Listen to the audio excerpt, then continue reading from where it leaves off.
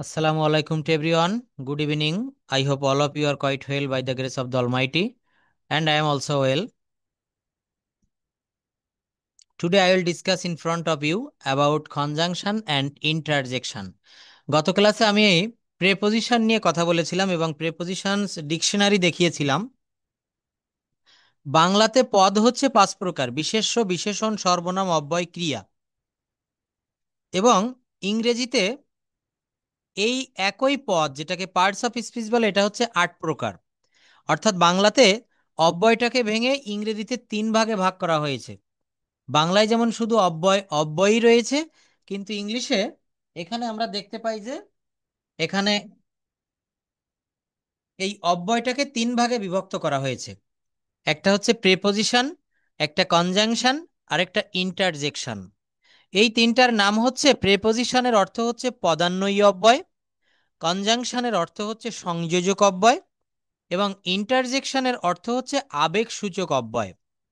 ইন্টারজেকশনের অর্থ হচ্ছে আবেগসূচক অব্যয়। তো দেখেন, এখানে কনজাংশন নিয়ে আমরা একটু কথা বলবো। গত ক্লাসে দেখেছিলাম প্রেপোজিশন এর অর্থ হচ্ছে পদান্বয়ী অব্যয়। একটা পদের সাথে অন্য পদের কিভাবে অন্বয় ঘটিয়ে দেয়। অন্বয় শব্দের অর্থটা হচ্ছে সম্পর্ক।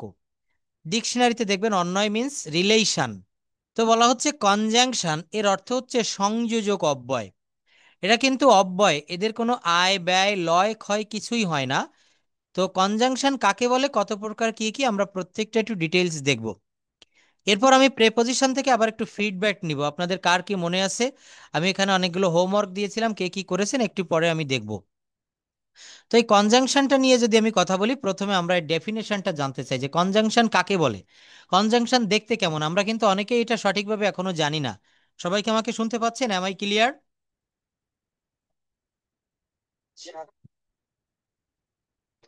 ওকে, থ্যাংক ইউ। কোনো সমস্যা হলে আমাকে সঙ্গে সঙ্গে একটু আমার হোয়াটসঅ্যাপ নাম্বারে ইনফর্ম করবেন। কনজাংশন কাকে বলে, কত প্রকার ও কি কি, দেখেন। কনজাংশন একটি পার্টস অফ স্পিচ। কনজাংশন হচ্ছে একটি পার্টস অফ স্পিচ।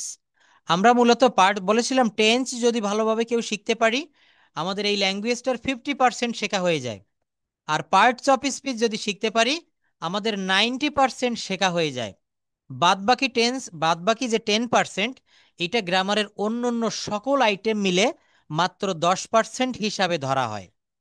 তো বেশি আমাদের শিখতে হবে টেন্স আর হচ্ছে পার্টস অফ স্পিচ। তো দেখেন, বলা হচ্ছে যে কনজাংশন একটি পার্টস অফ স্পিচ যা সেন্টেন্সে বিভিন্ন ওয়ার্ডস, ফ্রেজ বা ক্লজকে যুক্ত করতে ব্যবহৃত হয়। The conjunction is a part. দেখেন, ইংলিশে ডেফিনেশনটা আমাদের একটু অবশ্যই মনে রাখতে হবে। কি বলছে? The conjunction is a part of speech use to join words. Parts of speech, conjunction হচ্ছে এক প্রকার পার্টস অফ স্পিচ যেটা ব্যবহার করা হয় কোনো ওয়ার্ডকে সংযুক্ত করার জন্য, phrase or clause in a certain sentence such as. এই কনজাংশনগুলো কি কি হয় দেখতে, আমরা সেইগুলো একটু দেখব। কনজাংশনগুলো কি কি হয়, যেমন and, or, otherwise, but, unless, since, although, etcetera. এগুলো হচ্ছে কনজাংশন হিসাবে ব্যবহার করা হয়। যেমন দেখেন, লিসনিং মিউজিক অ্যান্ড সিঙ্গিং সংস আর মাই হবি। কি বললাম?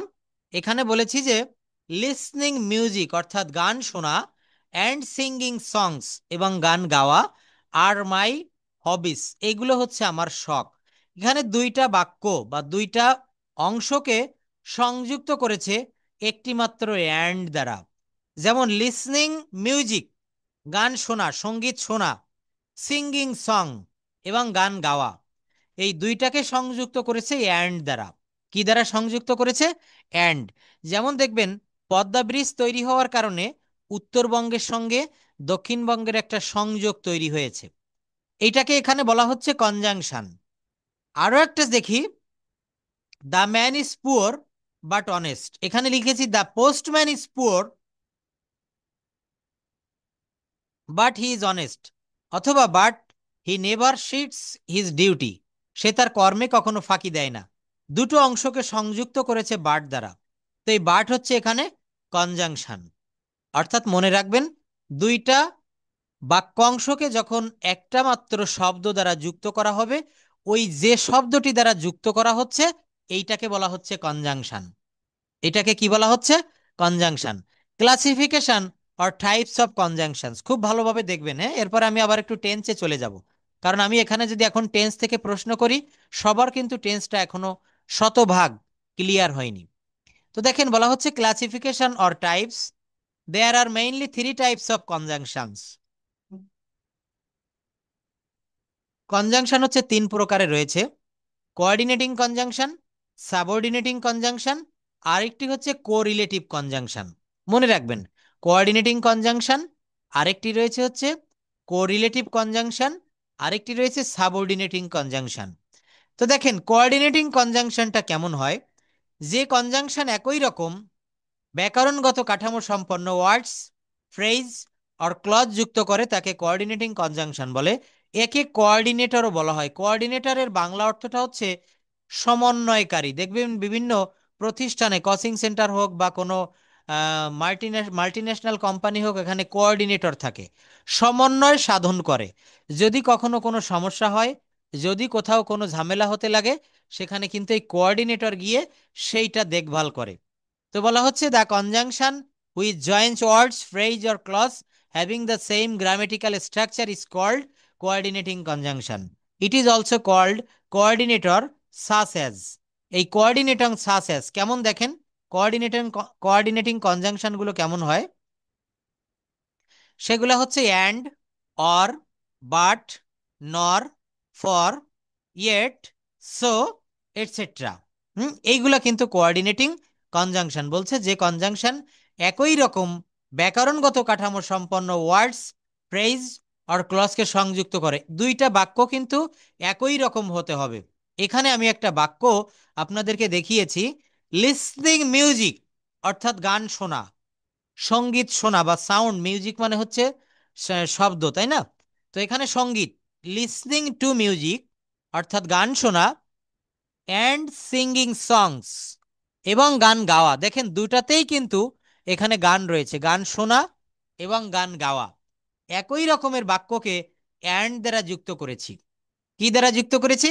অ্যান্ড দ্বারা। এখানে অ্যান্ডটাকে বলা হচ্ছে কোঅর্ডিনেটিং কনজাংশন। এখানে অ্যান্ডটাকে কি বলা হয় বলেন?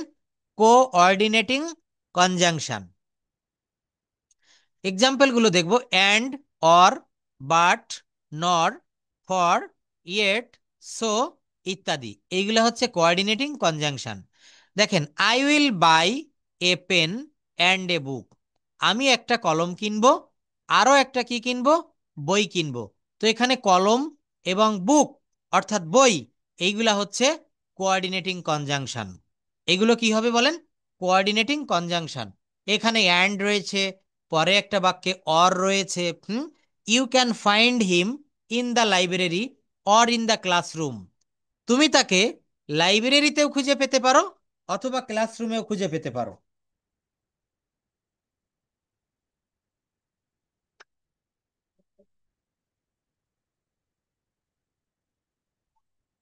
তো এখানে বলেছি যে তুমি তাকে লাইব্রেরিতেও পেতে পারো অথবা তুমি তাকে ক্লাসরুমেও পেতে পারো। এই একই রকমের দুটো বাক্যকে সংযুক্ত করেছে অর দ্বারা। দেখেন, আমি খুব স্লো কথা বলে ভেঙে ভেঙে বিষয়গুলো আপনাদের দেখিয়ে দিচ্ছি। এরপরও যদি কেউ বুঝতে বাকি থাকে আমাকে বলবেন, আমি আবারও চেষ্টা করব। তো আমরা তিনটা কনজাংশনের প্রথমটা মোটামুটি বুঝতে পেরেছি, কোঅর্ডিনেটিং কনজাংশন। বাংলায় যদি বলি, সমন্বয়কারী, সমন্বয়ক, সংযোজক, অব্যয়। এরপর যেটা দেখবো সেটা হচ্ছে সাবঅর্ডিনেটিং কনজাংশন। যে কনজাংশন একটি সাবঅর্ডিনেট অথবা ডিপেন্ডেন্ট ক্লজ, ক্লজ মানে হচ্ছে বাক্য অংশ, মনে রাখবেন, বড় কোনো বাক্যের খণ্ডিত বা ছোট কোনো অংশকে বলা হয় ক্লজ। তো বলছে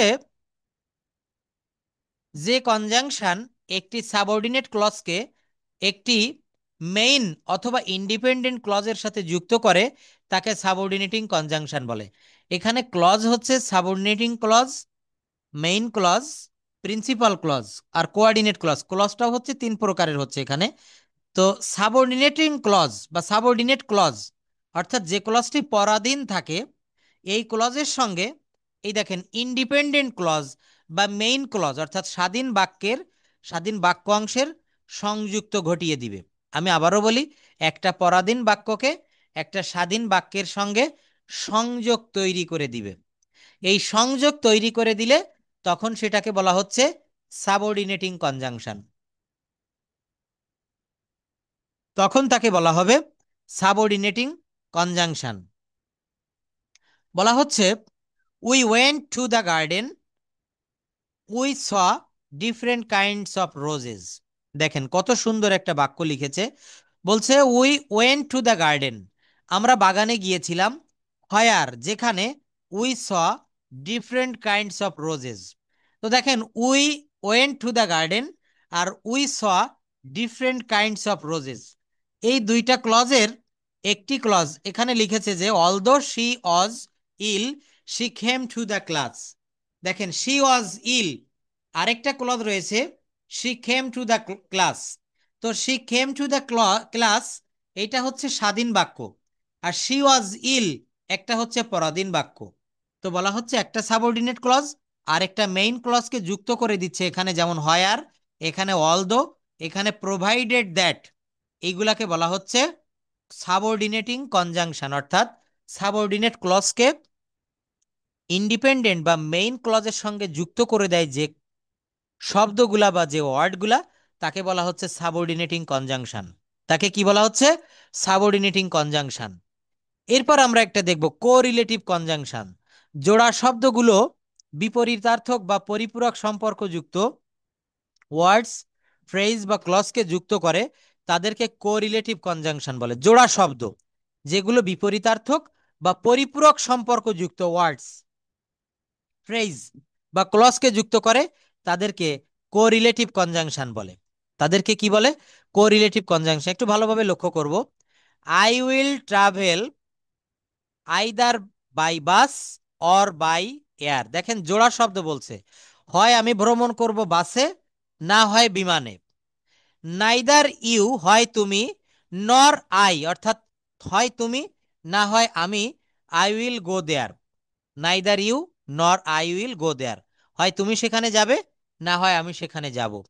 both red and green are, both red and green are my favourite colours.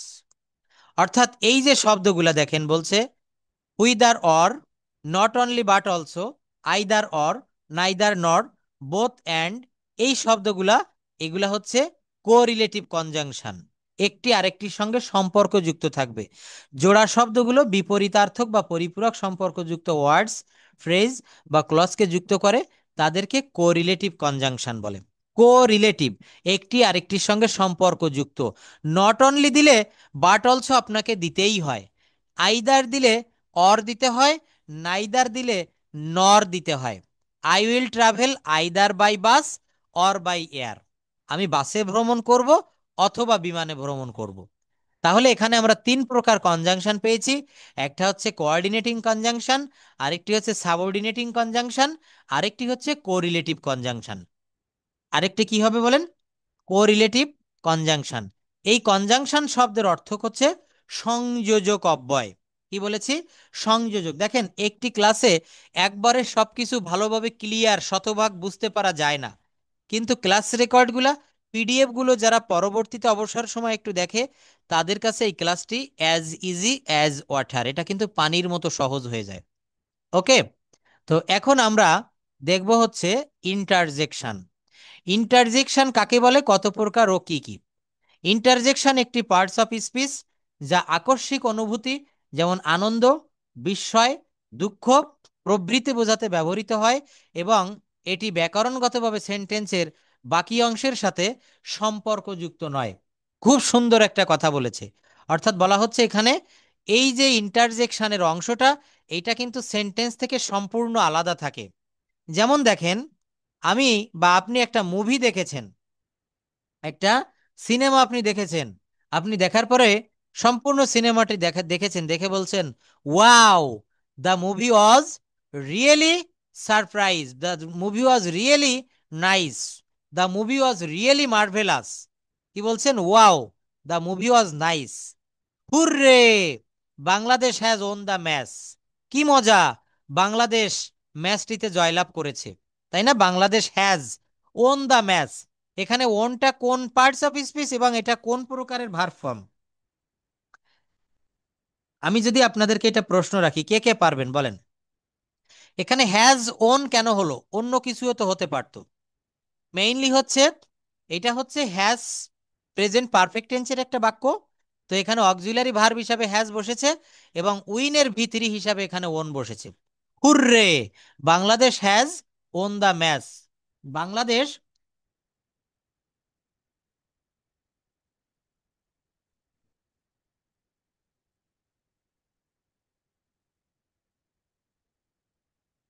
কি করেছে এখানে?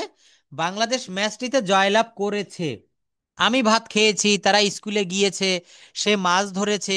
একটা টেন্স শিখে মনে করেন আমি প্রেজেন্ট পারফেক্ট টেন্সের গঠন প্রণালী চিনিবার উপায়, তার সবকিছু আমি দেখিয়ে দিলাম। কিন্তু এই টেন্সটা শিখে ওই টেন্সের অধীনে পরপর কয়েকটি বাক্য আপনাকে প্র্যাকটিস করতে হবে। তাহলে আপনার মনের ভিতরে, আপনার ব্রেনে ওই জিনিসটা দীর্ঘদিন থেকে যাবে।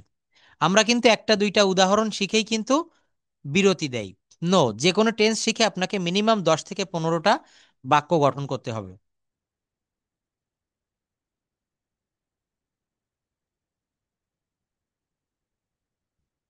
দেখেন তাহলে এখানে আমি কি বলেছি, এই জায়গাটাতে বলেছি যে hooray, Bangladesh has won the match.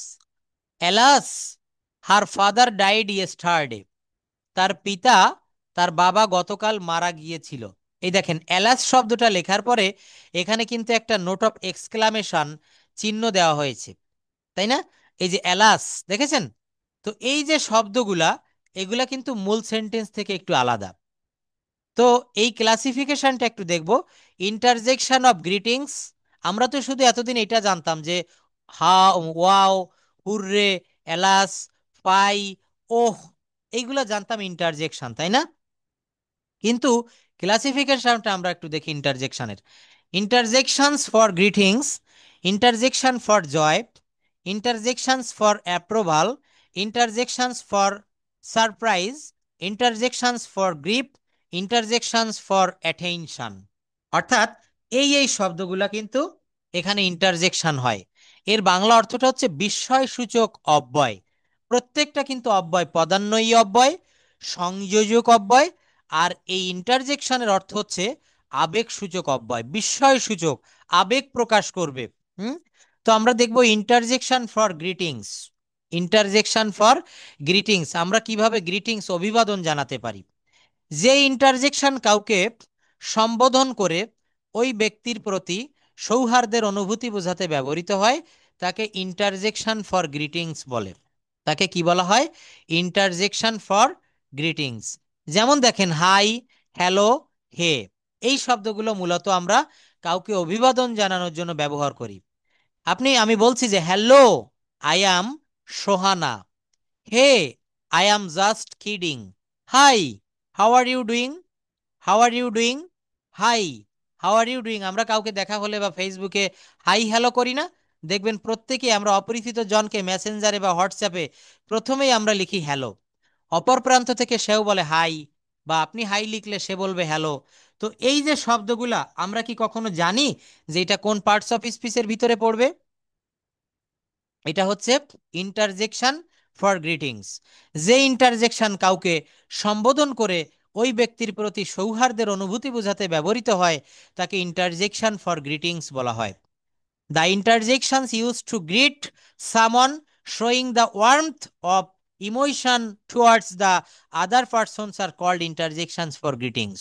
ইংলিশের ডেফিনেশনগুলো একটু মুখস্থ রাখবেন, কারণ আমরা যখন টোফেল পড়ব, একটা গ্রামার বই, ক্লিফস টোফেল বা ব্যারেন্স টোফেল, রেন অ্যান্ড মার্টিন, নেসফিল, বিদেশি রাইটারের যে বইগুলা, দেখবেন টোফেল, আমার কাছে 2টা টোফেল রয়েছে, আমি মাঝে মাঝে পড়ি।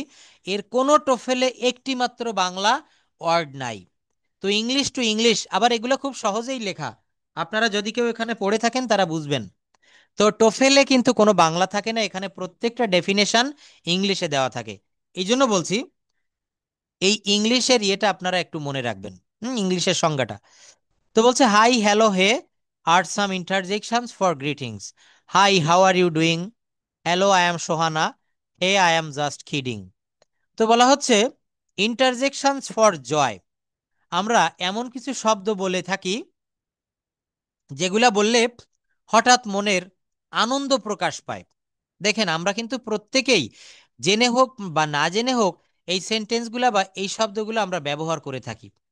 তো আমরা কি জন্য বা কোথা থেকে আসলে ডেরিভেশন অফ ওয়ার্ডস, উৎপত্তিটা কোথায়, আমরা সবাই কিন্তু এটা জানি না। তো সেই জায়গাটা আমরা একটু দেখছি। বলছে যে ইন্টারজেকশন হঠাৎ ঘটে যাওয়া কোনো আনন্দের ঘটনার কারণে বা আনন্দ বা সুখ বোঝাতে ব্যবহৃত হয় তাকে ইন্টারজেকশন ফর জয় বলে। তাকে ইন্টারজেকশন ফর জয় বলে। বলা হচ্ছে hurray, Bangladesh has won the match.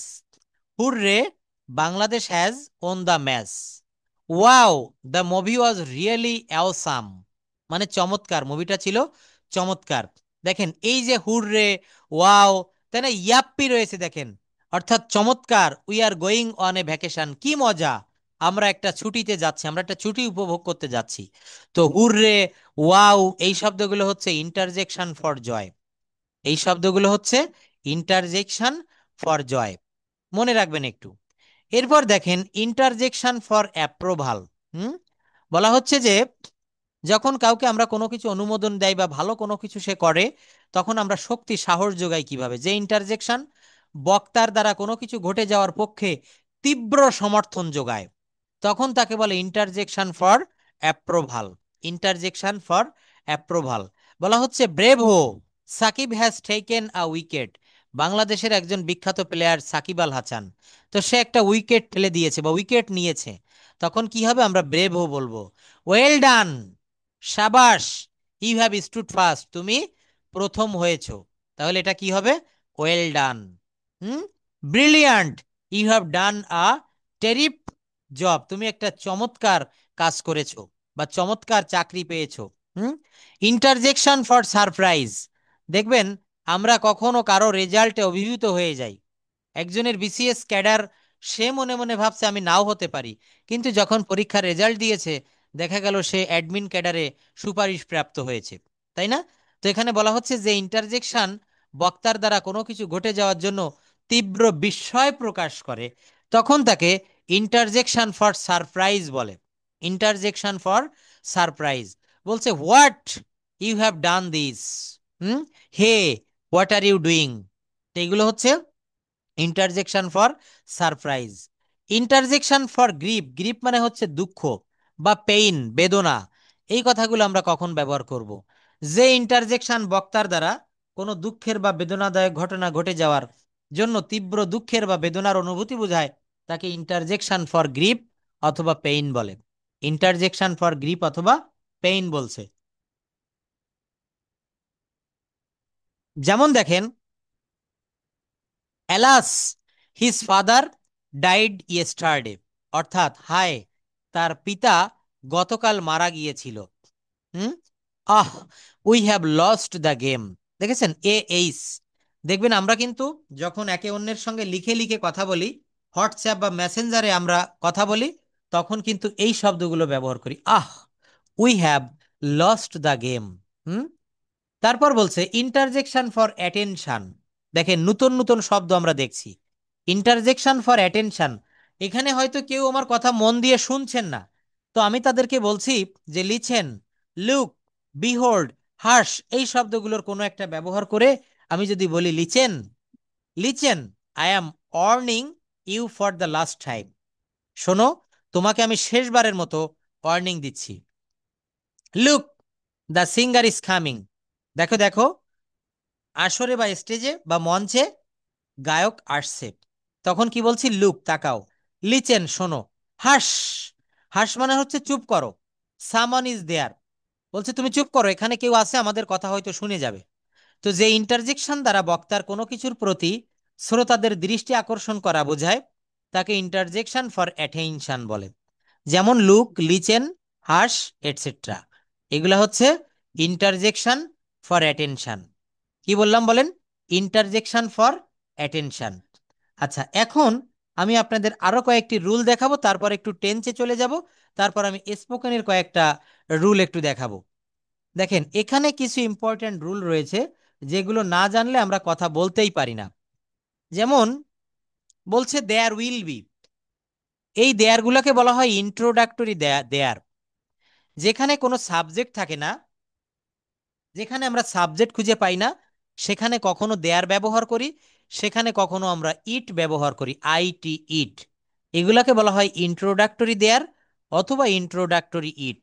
সূচনামূলক দেয়ার, সূচনা ঘটাতে হয়। যেমন দেয়ার উইল বি হবে, দেয়ার উইল হ্যাভ থাকবে, দেয়ার ক্যান বি থাকতে পারে। কি বললাম? দেয়ার ক্যান বি থাকতে পারে। দেখেন, এই রুলগুলা, এই কথাগুলা, এই বাক্যগুলা যদি আমরা না জানি, আমরা অনেকেই কথা এখানে সবাই ইংলিশে ফ্লুয়েন্টলি কথা বলতে চেষ্টা করছি, চাচ্ছি, কিন্তু এইগুলা না জানা থাকলে আপনি পারবেন না। দেখেন, এইগুলা দিয়ে এখানে বাক্যও করেছি। বলছে দেয়ার শুড বি থাকা উচিত। আপনি কোনো একটা গ্রামে বেড়াতে গিয়েছেন, তো বেড়াতে গিয়ে দেখছেন গ্রামে অনেক কিছুই আছে কিন্তু একটা স্কুল নাই। তো আপনি মনে মনে বলছেন এই গ্রামে একটি স্কুল থাকা উচিত, এই গ্রামে একটি স্কুল থাকা উচিত। কি বলবেন? There should be a school in this village. There should be a school in this village. এই গ্রামে একটি স্কুল থাকা উচিত। দেয়ার শুড নট বি, কি বললাম? দেয়ার শুড নট বি, এর অর্থ হচ্ছে উচিত, থাকা উচিত নয়। পত্রটিতে বা চিঠিটিতে, চিঠিতে কোনো ভুল থাকা উচিত নয়। There should not be any mistakes in the letter. পত্রটিতে কোনো ভুল থাকা উচিত নয়। তো দেখেন, এখানে আরো কয়েকটা রুল ছিল। There can be a mistake here, এখানে একটা ভুল থাকতে পারে। দেয়ার কুড বি থাকতে পারতো, দেয়ার মে বি হতে পারে। এই নদীতে কুমির থাকতে পারে, there may be crocodile in this river. There must be নিশ্চয়ই হবে। কি বলেছি? দেয়ার মাস্ট বি নিশ্চয়ই হবে। থাকতে নাও পারে, দেয়ার মে নট বি। এখন রাস্তায় মানুষ নাও থাকতে পারে, there may not be people on the street. দেখেন, এখানে দেয়ার কেন ব্যবহার করেছি এটা আমি একটু খুব ভালোভাবে ব্যাখ্যা দেই। দেয়ার মে নট বি পিপল, অনেকে বলতে পারে যে স্যার পিপলটা হচ্ছে এখানে সাবজেক্ট। নো, বলছে যে রাস্তায় মানুষ নাও থাকতে পারে। এখানে মানুষ তো এই বাক্যে কোনো কাজ করছে না। সাবজেক্ট বা কর্তা কখন হয় বলতে পারেন? সাবজেক্ট বা কর্তা হয় হচ্ছে যখন কোনো বাক্যের ওই কাজটি কোনো ব্যক্তি, বস্তু বা কোনো প্রাণী সম্পাদন করে, তখন তাকে সাবজেক্ট বা কর্তা বলে। তখন তাকে কি বলে? সাবজেক্ট বা কর্তা বলে। যেমন রহিম ভাত খায়, এই বাক্যে খাওয়া কাজটি কে করতেছে? রহিমই কিন্তু করতেছে, এই জন্য রহিমকে এখানে সাবজেক্ট বলছে। কিন্তু এখানে বলেছি রাস্তায় এখন মানুষ নাও থাকতে পারে, এই মানুষ যদি আমি সাবজেক্ট ধরি তাহলে বাক্যটা ভুল হবে। কারণ এখানে মানুষ তো এই বাক্যের কোনো কাজ করছে না, সে তো নিষ্ক্রিয়। এখানে মানুষ কিন্তু পিপলকে প্রথমে সাবজেক্ট ধরে আপনি করতে পারবেন না। পিপলকে সাবজেক্ট হিসেবে ধরে আপনি বাক্য তৈরি করতে পারবেন না। এখানে আপনাকে সূচনামূলক, যেটাকে বলা হয় ইন্ট্রোডাক্টরি, এই ইন্ট্রোডাক্টরি দেয়ার অথবা ইট আনতে হয়, আইটি ইট। ইট কখন বসে? কোনো বস্তু, ইতর প্রাণী, শিশু, এদের প্রোনাউন হিসেবে ইট বসে। যেমন বৃষ্টি হচ্ছে, এখানে আপনি কি কোনো সাবজেক্ট আনতে পারবেন সামনে? রেইনিং, অনেকে বলে raining is happening, raining is starting. No, এটা কোনো বাক্যই হয় না। এখানে প্রথমে ইট ব্যবহার করতে হবে। এখানে কি ব্যবহার করতে হবে? I T it. এখানে লিখতে হবে it is, R A I N I N. G লিখলাম? It is raining. দেখেন, এই বাক্যটা শুরু করার জন্য আমি কিছু পাচ্ছিলাম না, এই জন্য এখানে আমি ইটকে নিয়ে এসেছি। ইট ইজ রেইনিং, বৃষ্টি হচ্ছে। বৃষ্টি হয়েছিল, it rained, R A I N E D. অনেকে আমরা বলি ইট ওয়াজ রেইনড। নো, এখানে রেইন হচ্ছে বৃষ্টি হওয়া, আবার রেইন হচ্ছে বৃষ্টি। যেমন ওয়াটার মানে হচ্ছে পানি, আবার ওয়াটার মানে হচ্ছে পানি দেওয়া। কিছু কিছু ভার্ব রয়েছে যেগুলো একই সঙ্গে ভার্বের কাজ করে এবং নাউনের কাজ করে। Mind it. তো বলছে রাস্তায় এখন মানুষ নাও থাকতে পারে, there may not be people on the street now. হুম, নিশ্চয়ই থাকবে। দেখেন, এই জোর প্রয়োগ করা বুঝালে তখন মাস্টের ব্যবহার করতে হয়। হ্যাঁ, দেয়ার মাস্ট বি, সেখানে নিশ্চয়ই হবে বা নিশ্চয়ই থাকবে। রাস্তায় এখন মানুষ নাও থাকতে পারে। আচ্ছা, তারপর দেখেন নিশ্চয়ই ছিল, দেয়ার মাস্ট হ্যাভ বিন। আমার ব্যাগে নিশ্চয়ই একটা ছাতা ছিল। There must have been an umbrella inside my bag. থাকা উচিত, দেয়ার শুড বি। থাকতে পারবে, দেয়ার কুড হ্যাভ বিন। আছে বলে মনে হয়, দেয়ার সিমস টু বি।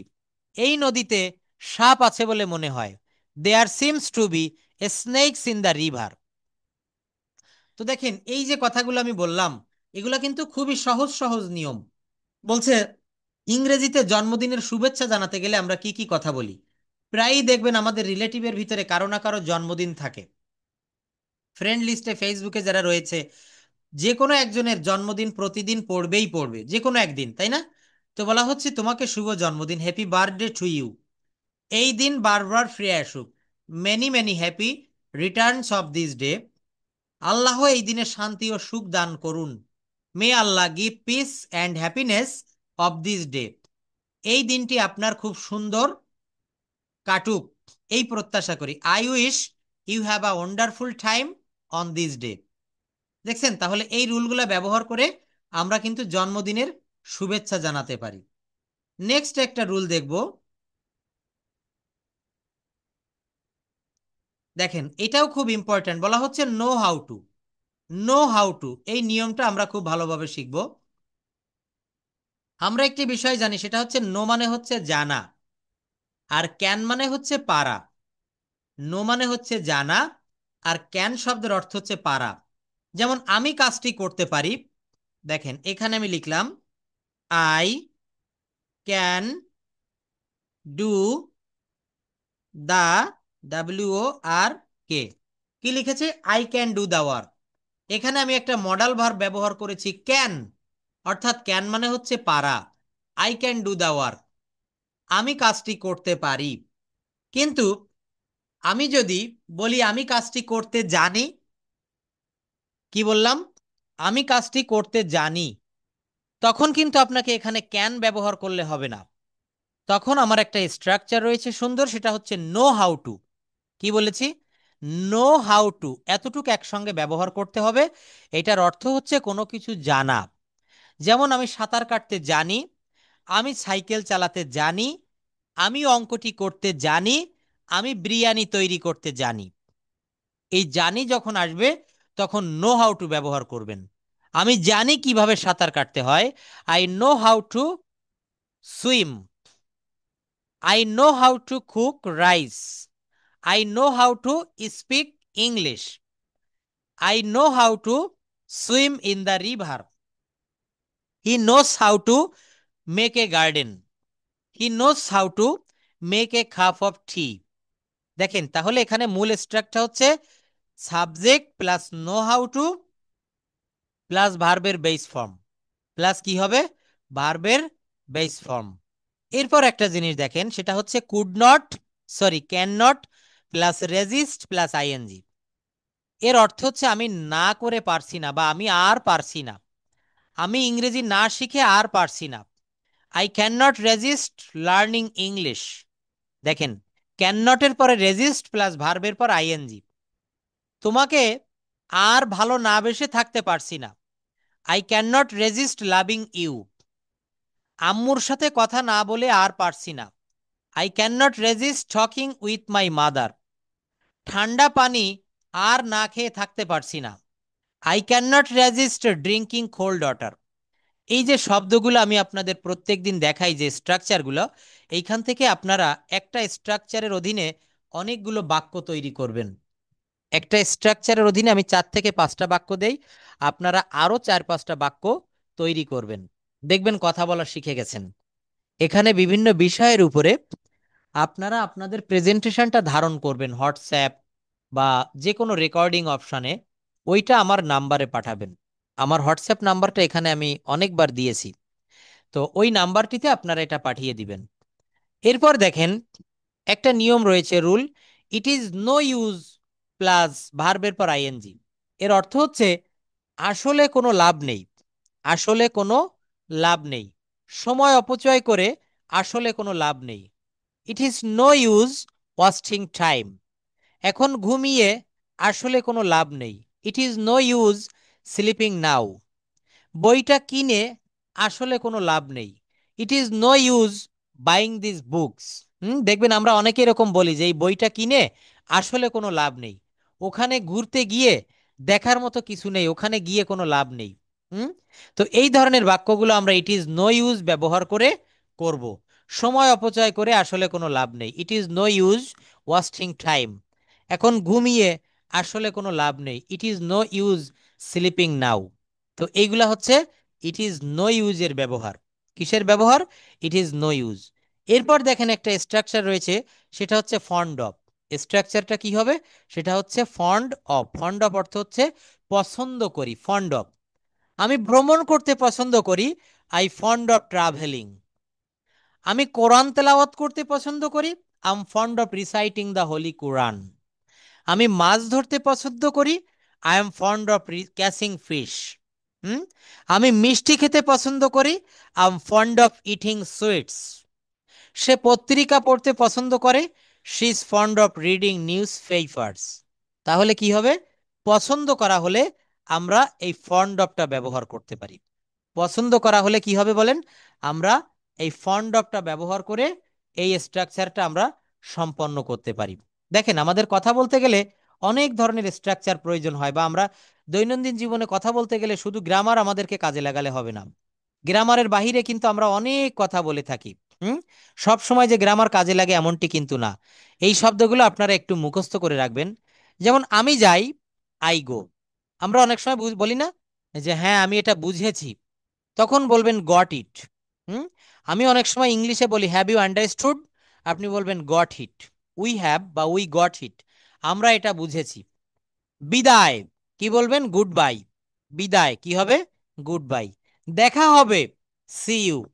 এটা সত্যি, ইটস ট্রু। এটা সত্যি কি হবে? It's true. এটা গরম, ইটস হট। বসো, সিট ডাউন। দেখেন একেবারে একটি বা দুইটি ওয়ার্ড মিলে এই বাক্যগুলো বা ছোট ছোট কথা বলার ভিতরে যে কিওয়ার্ডসগুলো আমরা ব্যবহার করি সেগুলো। আপনার পাশে কেউ এসেছে, আপনি তাকে ইংলিশে বলছেন প্লিজ সিট ডাউন। চালু করো। দেখেন আমরা এটা জানি না কিন্তু অনেকেই, চালু করো কি হবে? চালু করো, টার্ন অন। বন্ধ করো, টার্ন অফ। আমরা খাই, উই ইট। এ দেখেন বন্ধ করো, টার্ন অফ। অন্তত, অ্যাট লাস্ট, অ্যাট লিস্ট। অন্তত পক্ষে আমাকে 5,000 টাকা ধার দিন, at least. Please lend me 5,000 টাকা। দুর্ভাগ্য, ব্যাড লাক। এটা ধরো, ক্যাচ ইট। আমি জানি, আই নো। আপাতত, ফর নাও। অবশেষে, অ্যাট লাস্ট। তাই নাকি? রিয়েলি কি হবে? তাই নাকি? এটার ইংলিশ হবে রিয়েলি। চলো যাই, ইংলিশে বলবেন লেটস গো। চলো খেলতে যাই, লেটস গো টু প্লে। এতক্ষণ ধরে, সো লং। তারা খেলে, দে প্লে। দাঁড়াও, টিচার ক্লাস শেষে বলেন না যে তুমি দাঁড়াও, এটা হবে স্ট্যান্ড আপ। আমরা সবাই এটা জানি। এই মাত্র, জাস্ট নাও। কেউ আমাকে বলছে যে স্যার এই মাত্র আমি ক্লাসটিতে জয়েন করেছি, just now I have joined the class. সময় মতো, অন টাইম। সবাই একটু খেয়াল করবেন, সময় মতো হবে হচ্ছে অন টাইম।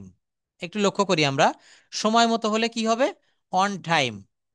আর যখন একেবারে ঠিক সময় মতো, মনে করেন একটা মিটিং শুরু হওয়ার কথা বিকাল 4টায়, ঠিক বিকাল 4টায় শুরু হলো, তখন আপনাকে বলতে হবে জাস্ট ইন টাইম। আরেকটা হচ্ছে অন টাইম। অন টাইমটা হচ্ছে নির্দিষ্ট সময়ের কিছুক্ষণ পূর্বে বুঝালে অন টাইম ব্যবহার করব। আর ইন টাইমটা হচ্ছে ঠিক ওই সময়ে, যে সময়ে শুরু হওয়ার কথা ছিল, then you can use in time. শান্ত হও, বি কোয়াইট। শাবাশ, ওয়েল ডান। সৌভাগ্য, গুড লাক। এটা শেষ, ইটস ওভার। অবশ্যই, অফকোর্স। কি হবে? অফকোর্স, অবশ্যই। কেউ আমাকে বললো যে স্যার আজকে কি ক্লাস হবে, আমি বলতে পারি অফকোর্স। কি বলবো? অফকোর্স। দেখেন, বাদ দাও, ইগনোর ইট। এই কথাগুলো যদি আপনি আপনার কথার ভিতরে ব্যবহার করতে পারেন, আপনার কথাটা অনেক শ্রুতি মধুর হবে। একজনকে আমি একটা প্রস্তাব দিলাম যে আপনি কি আমার সঙ্গে এখন বাজারে যাবেন? সে বলল আই অ্যাগ্রি। অথবা বলা যায় I'm agree with you. I'm agree with you. গতবার, লাস্ট টাইম। অনেক বেশি, টু মাস। ঠিক আছে, অল রাইট। একটুও না, নট এ বিট। কি হবে? একটুও না, নট এ বিট, একেবারেই না, নো ওয়ে, নো ওয়ে। দেখেন ভাগ্যক্রমে, আমরা বলি না ভাগ্যক্রমে সে এই দুর্ঘটনা থেকে বেঁচে গিয়েছে। তো এটা ফরচুনেটলি, ভাগ্যক্রমে এটা আমরা জানি, কিন্তু এটাও বলা যায় বাই চান্স। কি হবে? বাই চান্স, ভাগ্যক্রমে। খুব ভালো, ভেরি গুড। শুভরাত্রি, গুড নাইট। যেতে হবে, হ্যাভ টু গো। কি বললাম? যেতে হবে, তখন কি ব্যবহার করতে হবে? Have to go. আমাকে দেখাও, শো মি। ভালো করেছো, গুড জব। এত তাড়াতাড়ি, সো রিয়েলি। দেখেন এইগুলা ব্যবহার করে আপনারা কথা বলবেন, দেখবেন আপনাদের কথাটা অনেক শ্রুতি মধুর হচ্ছে। এই স্ট্রাকচার, এই রুল, ছোট ছোট রুলগুলো ব্যবহার করে আমাদেরকে কথা বলার ভিতরে আনতে হবে। এগুলা শুধু শিখে রাখলে হবে না, এইগুলা দিয়ে কথা বলতে হবে। আমি প্রথমে আপনাদের একটা ক্লাসে বলেছিলাম, কথা বলতে গেলে আমাদের যে 12 আইটেমের যে টেন্স রয়েছে, এই 12 প্রকার টেন্সের সবগুলো আমাদের প্রয়োজন হয় না। আমাদের কথা বলতে গেলে মেইনলি 7টা টেন্সের বেশি প্রয়োজন পড়ে। সেটা হচ্ছে present indefinite, present continuous, past indefinite, past continuous, future indefinite, future continuous, and present perfect. তো এই টেন্সগুলা ব্যবহার করে আমরা প্রতিনিয়ত কথা বলতে পারি। তো এখন টেন্সটা আমি মোটামুটি আপনাদের ধারণা দিয়েছিলাম, এখন আবারও একটু দেখাতে চাচ্ছি, কিন্তু তার আগে আপনাদের কাছে আসব। আমরা দেখি টেন্সটা কতটুক আমাদের কার কতটুক মনে আছে। হুম। সবাই একসঙ্গে আনমিউট করবেন না, আমি নাম বললে শুধুমাত্র সেই আনমিউট করবেন, হ্যাঁ? তাহলে ক্লাসটা অনেক সুন্দর হবে। আমি একটা বাক্য বলছি, এই বাক্যটা দিয়ে আপনাদেরকে 7টি বাক্য তৈরি করতে হবে। আমি প্রেজেন্ট ইনডেফিনিট টেন্সের বাক্য বলবো, এইটা দিয়ে present continuous, past indefinite past continuous, future indefinite future continuous, এই কথাগুলো আপনাদেরকে বলতে হবে, এই সেন্টেন্সগুলো তৈরি করতে হবে। হুম। আচ্ছা, কৃষ্ণা দাস, প্লিজ আপনি একটু আনমিউট করবেন। আপনি বলবেন he writes a letter. He writes a letter, সে একটি চিঠি লেখে। এই বাক্যটার 7টি টেন্স আপনাকে বলতে হবে, পারবেন? হুম। কৃষ্ণা দাস, দ্রুত আনমিউট না করলে আমি কিন্তু আপনাকে, দ্রুত আনমিউট না করলে তাকে আর সুযোগ দিব না, কথা বলার সঙ্গে সঙ্গে আনমিউট করতে হবে। হি রাইটস এ লেটার, এটার প্রেজেন্ট কন্টিনিউয়াস টেন্স কি হয়?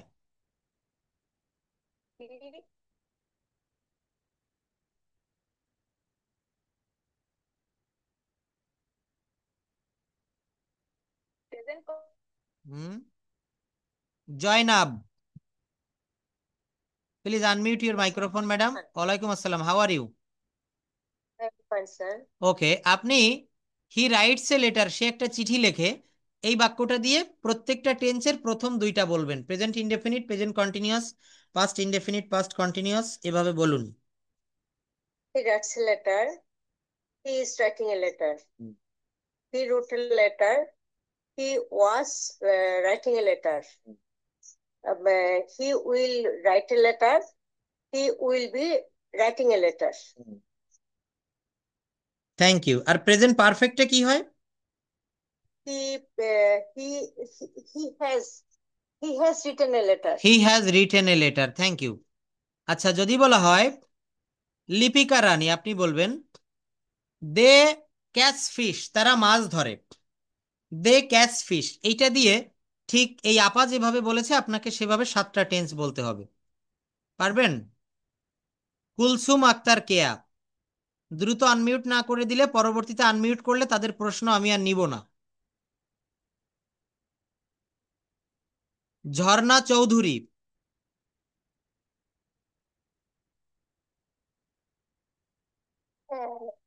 আসসালামু আলাইকুম, হ্যাঁ আপনি বলুন দে ক্যাচ ফিশ, এই বাক্যটার প্রেজেন্ট কন্টিনিউয়াস টেন্স কি হয়?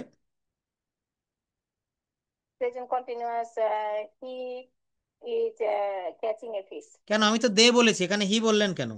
সরি, আমি খেয়াল করি নাই, মানে আমি সেন্টেন্স বলছি। তাহলে কি হবে? They are catching a fish. Catching a না, এখানে দে আর ক্যাচিং ফিশ বললে হবে। তারপর বলুন এর পাস্ট ইনডেফিনিট আর পাস্ট কন্টিনিউয়াস কি হয়? They caught a fish. They was catching a fish. এর পরে কখনো কি ওয়াজ বসে? Sorry, sorry. দেখেন আমাদের মোস্ট অফ দ্য স্টুডেন্টসদের এই একটাই সমস্যা যে আমরা slip of the tongue, slip of the pen, বা আমরা বলতে গেলে বলতে, আপনি কিন্তু ঠিকই মনে মনে ভাবছেন যে আমি এইটা বলবো, বলার সময় অন্য রকম হয়ে গিয়েছে। এই, সেটা মানে আচ্ছা, হ্যাঁ, এইটার একটাই সমস্যা হচ্ছে আমাদের প্র্যাকটিসের প্রচুর পরিমাণে অভাব। আমাদেরকে বেশি বেশি করে প্র্যাকটিস করতে হবে। প্র্যাকটিস করলে এই জায়গাটা আমরা খুব ক্লিয়ার করতে পারবো। এখানে আমার আপনাকে একটু প্যাসেজ ধরনের একটু ট্রান্সলেশন বলি। কয়েকটা বলবো বাংলা, আপনি সঙ্গে সঙ্গে ইংলিশ বলবেন। আমার নাম মিম, বলেন তো এটা কি হয়? মাই নেম ইজ মিম। আমার বাড়ি ঢাকায়।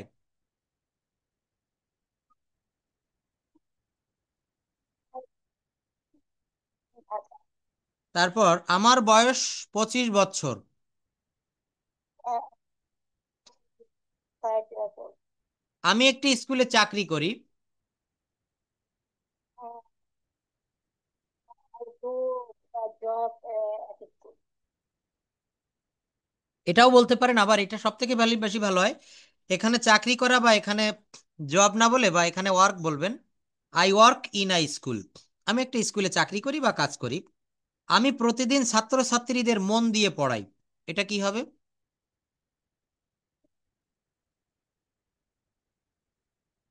I teach my students every day attentionly. অ্যাটেনশনলি না, এটা বলবেন অ্যাটেন্টিভলি। কি বলতে হবে? Attentively. অ্যাটেন্টিভলি। Attentively. হ্যাঁ। আচ্ছা, তারপর ছাত্রছাত্রীরাও আমাকে খুব ভালোবাসে। The students love me too. Too বা ভেরি মাচ। হুম। আমি গল্পের বই পড়তে ভালোবাসি। I like to read story. দেখেন, অনেক ভালো, আপনি খুব ভালো বলেছেন, যতটুকু বলেছেন এতক্ষণ খুব ভালো। কিন্তু এই বলাটা আরো বেশি একটু কুইক করতে হবে। হুম। এই বলাটা আরো বেশি একটু দ্রুত করতে হবে। কেন করতে হবে? কারণ আপনি যখন কোনো ফরেনারের সঙ্গে কথা বলবেন, বা আপনি যখন অন্য কোনো মানুষের সঙ্গে ইংলিশে স্পিকিং করবেন, দেখেন আমরা যেভাবে বাংলা বলি কোনো বাধা ছাড়া, এই বাধা ছাড়া ফ্লুয়েন্টলি আমরা সবাই মনে মনে আশা করি যে আমি যদি একটু নেটিভ স্পিকারদের মতো ইংরেজি বলতে পারতাম, আমি যদি আমার কলেজের ইংলিশ টিচারের মতো ইংলিশে বক্তব্য দিতে পারতাম, তাই না? এখানে যারা ক্লাস করছি প্রত্যেকের মনের সুপ্ত বাসনা এটা, যে আমি ইংলিশে ফ্লুয়েন্টলি স্পন্টেনিয়াসলি কথা বলবো। তো এর জন্য সুন্দর একটা রেমেডি রয়েছে। সেই রেমেডিটার নাম হচ্ছে প্র্যাকটিস। প্রচুর পরিমাণে আপনাকে প্র্যাকটিস করতে হবে। আপনি যতটা পেরেছেন খুবই ভালো। সবাই কিন্তু আমরা ওই পর্যায়ে পৌঁছাতে পারিনি। তো টেন্স ঠিক রেখে, এবং আপনি কোন কথাগুলো বলতে চাচ্ছেন এটা প্রথমে আপনাকে ব্রেনে চিন্তা করতে হবে। আমরা বাঙালি মানুষ, দেখবেন সব কথা আমাদের ব্রেনে আগে বাংলায় চলে আসে, তারপর কিন্তু এই কথাগুলা ইংলিশে ডেলিভারি দিতে হয়। তো এখানে একটা কথা বলেছি যে আমি গল্পের বই পড়তে ভালোবাসি। I love to read story books, অথবা I love reading story books. Infinitive দিয়েও করতে পারেন, আবার এটা জিরান্ড দিয়েও করতে পারেন।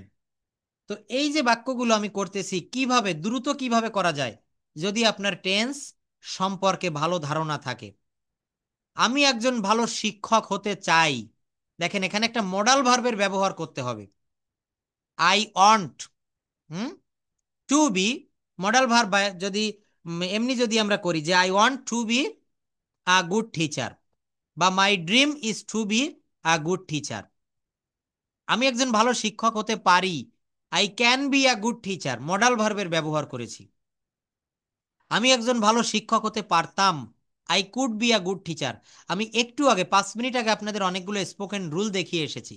এই রুলগুলো যারা আমরা প্র্যাকটিস করব, তাদের জন্য ইংরেজিতে কথা বলাটা সহজ হয়ে যাবে। ইংরেজিতে কথা বলাটা খুবই সহজ যদি আপনি একটা গোছানো পদ্ধতিতে প্রিপারেশন নিতে পারেন। আমরা এত বছর ধরে ক্লাসগুলোতে ইংরেজি পড়ে এসেছি, শিখে এসেছি, কিন্তু তারপরেও আমরা কেন কথা বলতে পারি না?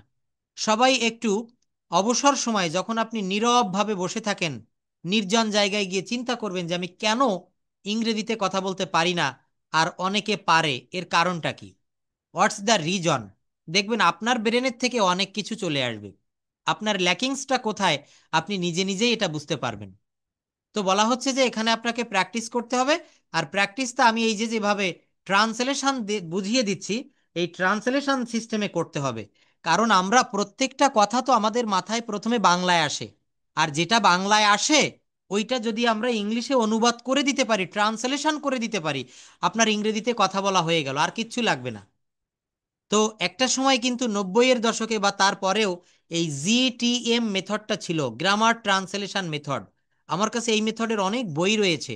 তো আমি মনে করি কমিউনিকেটিভ মেথডের থেকে এই জিটিএম মেথডটা অনেক বেশি পারফেক্ট। তো আপনাদেরকে এইভাবে আমি শিখাবো, এখন থেকে এইভাবে ট্রেনিং দিব।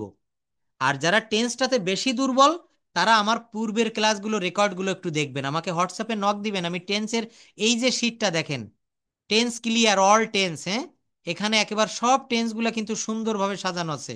Basic concept about tense and tense part on, এটা অন দিয়েছি, এখানেই প্রায় সব দেওয়া আছে। তো এই টেন্সটা অনেক সময় নিজে বোঝা যায় না, টিচারের সাহায্য লাগে। তো আমার ক্লাস রেকর্ডগুলো দেখবেন। আর তারপর হচ্ছে যেভাবে আমি এই যে কেবল এক ম্যাডামকে আমি যেভাবে ইংলিশ থেকে বাংলা থেকে ইংলিশ করতে বললাম ট্রান্সলেশন, আপনারা এইভাবে আমি হোয়াটসঅ্যাপে কিছু কাজ দেখিয়ে দিব, এইভাবে করবেন। প্রত্যেকটা জায়গায় এইভাবে প্র্যাকটিস করবেন। আরও একটা জায়গা আপনাদেরকে আমি একটু দেখাতে চাই। আমাদের কথা বলতে গেলে এগুলা লাগে। দেখেন বলছে যে আপনি যখন কাউকে বলবেন হট হোয়েন, মানে 50টি WH question, where, how, whether, what, why hmm, এইগুলা দিয়ে আমরা কিভাবে প্রশ্ন করতে পারি। যেমন হট মানে হচ্ছে কি, আমরা কোনো মানুষের নাম জানতে চাইলে বলি তোমার নাম কি, what is your name, what's your name, যে যার নামটা বলে উত্তর দিবে। এখানে আমরা হু বলতে বুঝি হু হচ্ছে কে, হুম মানে হচ্ছে কাকে, হোয়েন মানে কখন, হুইস মানে কোনটি, হট এলস, দেখেন এটা আমরা অনেকে জানি আবার জানি না। হট এলস শব্দের অর্থ হচ্ছে আর কি। হুম, হু এলস আর কে, আর কি হলে আর কি, হট এলস। আপনি খেতে বসেছেন, আপনি প্রশ্ন করছেন ওয়েটারের কাছে বা যে আপনাকে খাবার পরিবেশন করছে, আর কি আছে, what else are in the item বা ফুড মেনু, ফুড মেনুতে আর কি আছে। তো আপনি এই আর কি এইটার ইংলিশ যদি না জানেন, আপনি কিভাবে বলবেন? তো হোয়াট এলস শব্দের অর্থ হচ্ছে আর কি, হু এলস শব্দের অর্থ হচ্ছে আর কে। মনে করেন আপনি ভাইবা নিচ্ছেন, তো প্রায় শেষ, বিকেল হয়ে গিয়েছে, তো বাইরে আপনি বলছেন আর কেউ কি এখানে আছো, তো এটা হবে হচ্ছে হু এলস। আর কখন, হোয়েন এলস। আর কোথায়, হোয়ার এলস। এলস মানে হচ্ছে কোথায়, এটা মনে রাখবেন, কোথায় কখন কিভাবে এভাবে বোঝায়। হাউ মানে হচ্ছে কিভাবে বা কেমন করে। হাউ লং কতক্ষণ, হাউ লং কতক্ষণ, হাউ ফার কত দূর, হাউ অফেন কত সময়, হাউ ফাস্ট কত দূর, কত দ্রুত, how fast. Hmm, how dare কোন সাহসে, হাউ ফার কত ভাড়া, হাউ কুইকলি কত দ্রুত, কি হবে এটা বলেন, হাউ কুইকলি কত দ্রুত, হাউ অ্যাবাউট কেমন হয়, হাউ খাম কিভাবে, হাউ মাস কি পরিমাণ, হাউ অন আর্থ কিভাবে বা বিরক্ত প্রকাশ অর্থে। দেখেন, হয়ার অর্থ হচ্ছে কোথায়, হাউ এলস আর কিভাবে, হুইস এলস আর কোনটি, হোয়াট এভার এলস আর যাই হোক না কেন, হাউ ওল্ড, দেখেন এটা আমরা প্রায় ব্যবহার করি, how old are you, how old are you, how could you কিভাবে তুমি, how could you do this কিভাবে তুমি এটা করেছিলে। দেখেছেন? তাহলে এখানে আমরা এইগুলা ব্যবহার করে আমাদের স্পোকেন ইংলিশটা অত্যন্ত সহজ করতে পারি। হাউ মাস লঙ্গার আর কতক্ষণ, হাউ মেনি টাইমস কতবার, হাউ পিসফুল কি শান্ত, হাউ এলস আর কিভাবে। দেখছেন? তাহলে এই শব্দগুলা কিন্তু কথা বলার ভিতরে আপনারা ব্যবহার করতে পারবেন। হোয়াই নট, আমি যদি আপনাকে বলি যে আপনি কি আজ ইউনিভার্সিটিতে যাবেন বা যাচ্ছেন, আপনি বলবেন হোয়াই নট, কেন নয়, আমি তো রেগুলার যেয়ে থাকি, I go to university regularly. From when, from whom কার কাছ থেকে। এরপর দেখি, তুমি কি করছো, হোয়াট আর ইউ ডুইং, তুমি কেন করছো, হোয়াই আর ইউ ডুইং, কেন ইংরেজি হচ্ছে হোয়াই। তুমি কখন করবে, হোয়েন উইল ইউ ডু। তুমি কোথায় করেছো, হোয়ার হ্যাভ ইউ ডান, কি হবে, তুমি কোথায় করেছো, হোয়ার হ্যাভ ইউ ডান। তুমি কেন করেছিলে, হোয়ার ডিড ইউ ডু। কে দরজাটি খুলেছিল, হু ওপেন্ড দ্য ডোর, কি হবে, কে দরজাটি খুলেছিল, হু ওপেন্ড দ্য ডোর। তুমি কাকে দেখেছিলে? Whom did you see? কি হবে? হুম ডিড ইউ সি, তুমি কাকে দেখেছিলে? তুমি কিভাবে করেছো? How have you done? কতক্ষণ লাগবে? How long will it take? তুমি কতবার করবে? How often will you do? তুমি কতবার করবে? How often will you do? তোমার অফিস কত দূরে? How far is your office? দেখেছেন, আমরা প্রায় এই শব্দগুলা ব্যবহার করি। তোমার অফিস কত দূরে? How far is your office. আমি আপনাকে প্রশ্ন করলাম, তোমার অফিস কত দূরে? আপনি বলছেন, স্যার আমার অফিস এখান থেকে 10 কিলোমিটার দূরে। My office is 10 kilometre, 10 kilometres from here. My office is 15 kilometres from here. আর কিভাবে করবে? How else will you do? তোমার কি খবর? What about you? কি হবে? হোয়াট অ্যাবাউট ইউ, তোমার কি খবর? কম্পিউটার শিখলে কেমন হয়? How about learning computer? কি বললাম?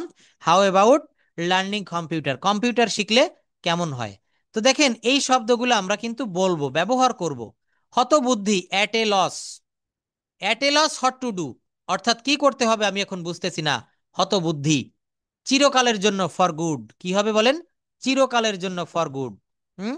অন অ্যান্ড অন, ক্রমাগত। বারংবার, টাইম অ্যান্ড এগেইন। বারংবার, কি হবে? Time and again. শেষ মুহূর্তে, অ্যাট দ্য 11th আওয়ার। শেষ মুহূর্তে সে মিটিংয়ে হাজির হয়েছিল। At the 11th hour he came to the meeting. He attended the meeting. শেষ মুহূর্তে সে মিটিংয়ে হাজির হয়েছিল। এ ম্যান অফ অর্ড, এক কথার মানুষ। কি বলতে হবে? এ ম্যান অফ অর্ড, অর্থাৎ এক কথার মানুষ। দেখেন স্পোকেন ইংলিশে এই যে কথাগুলো আমি বলছি, এগুলো স্বর্ণ সমতুল্য, সোনার চেয়েও দামি। এইগুলা ব্যবহার না করে আমরা আমাদের কথা বলাটা শ্রুতি মধুর করতে পারবো না, এবং কথা বলার ভিতরে আমরা ফ্লুয়েন্সি আনতে পারবো না। আমরা যদি বলি চিরকালের জন্য সে দেশ ছেড়ে চলে গিয়েছে, তাহলে he went away for good, for the country. সে চিরতরের জন্য দেশ ছেড়ে চলে গিয়েছে। ক্রমাগত বা একের পর এক তারা আসতেছিল। On and on they were coming. They were coming, একের পর এক তারা আসছিল। দেখেন এইভাবে যদি আপনাদেরকে স্পোকেন প্র্যাকটিস করাই, কেন আপনারা পারবেন না? এই বিষয়গুলা খুবই সহজ। এবং দেখবেন আমি গত একটা ক্লাসে আপনাদের সামনে অনেকবার করে বলেছি এই বিষয়গুলা। যারা সোহাগ স্যারের এই বইটা নেবেন, এই বইতে কিন্তু এই কনভারসেশনগুলো দেওয়া আছে। যারা নিয়েছেন দেখবেন শেষের দিকে মিনা এবং রাজু, হাসান এবং সোহাগ, অনেক রকমের ডায়লগ এখানে দেওয়া আছে। হুম। এই বই থেকে কিন্তু আপনারা পাচ্ছেন। এবং দেখবেন আমি এখানে যখন আনমিউট করেছি সবাই কথা বলে উঠছেন। তো এইটা করবেন না, হ্যাঁ, প্রত্যেকদিন এখানে ধারাবাহিকভাবে কথা বলবেন। আর যদি কারো পার্সোনাল কোনো প্রশ্ন থেকে থাকে, তারা কিন্তু আমার হোয়াটসঅ্যাপ নাম্বারটিতে নক করবেন। বই নিতে চাইলেও নক করবেন। আর যারা টেন্সটা একেবারেই পারেন না, তাহলে তারাও কিন্তু আমার কাছ থেকে টেন্সটা শিখে নিতে পারবেন। প্রবাস থেকে যারা ক্লাস করছেন পৃথিবীর বিভিন্ন দেশ, দুবাই, সিঙ্গাপুর, মালয়েশিয়া, স্পোকেন ইংলিশে দুর্বল, আপনার শুধু স্পোকেন শেখা দরকার। জাস্ট আপনার অফিসে কথা বলার জন্য কি কি বিষয় হলে আপনি কথা বলতে পারবেন, কোন কোন বিষয় আপনার জানা প্রয়োজন। সকালে দেখা হলে একটা মানুষকে কিভাবে সম্বোধন করতে হয়, তারপর আপনি অফিস থেকে শেষ করবেন, চলে আসবেন, আপনার অফিসার আপনার বসকে কিভাবে বিদায় জানাবেন, শপিং মলে গিয়ে কিভাবে কথা বলবেন, আপনি দেশে চলে আসবেন কিন্তু এয়ারপোর্টে আপনি বাংলা বললে কাতার, সিঙ্গাপুর, দুবাই, মালয়েশিয়া, আমেরিকা, প্রত্যেকটা দেশে সেখানে বিমানবন্দরে কিন্তু ইংলিশ ব্যবহার করা হয়। আপনি সেই ভাষাটা কিভাবে বলতে হয় সেখানে আপনি পারছেন না। তো এই স্পোকেন বা যে কোনো প্রয়োজনে এই নাম্বারটা নিয়ে রাখতে পারেন। আর পরবর্তীতে যে কোনো বিষয় সম্পর্কে সমস্যা হলে আমাকে নক দিবেন। আর আজকে কনজাংশন ইন্টারজেকশনটা যেভাবে শিখিয়েছি, এটা আপনাদের জন্য একটি হোমওয়ার্ক হিসাবে থাকবে। আরেকটা হোমওয়ার্ক দিতে চাই, আপনারা যে কোনো বিষয়ের উপরে হোয়াটসঅ্যাপে রেকর্ড করে আমাকে পাঠাবেন। সেটা হতে পারে পেট অ্যানিম্যাল, সেটা হতে পারে আপনার my pen, my reading room, bus stand, rainy season, journey by boat. যে কোনো বিষয়ের উপরে একটু নিজে কথা বলেন, দেখেন কেমন শোনায়, আপনার কথা আপনি শুনবেন, প্লাস আমাকে পাঠাবেন আমার এই হোয়াটসঅ্যাপ নাম্বারে। তো সবাই ভালো থাকবেন, সুস্থ থাকবেন। আসসালামু আলাইকুম to everyone. Good night. Allah হাফেজ।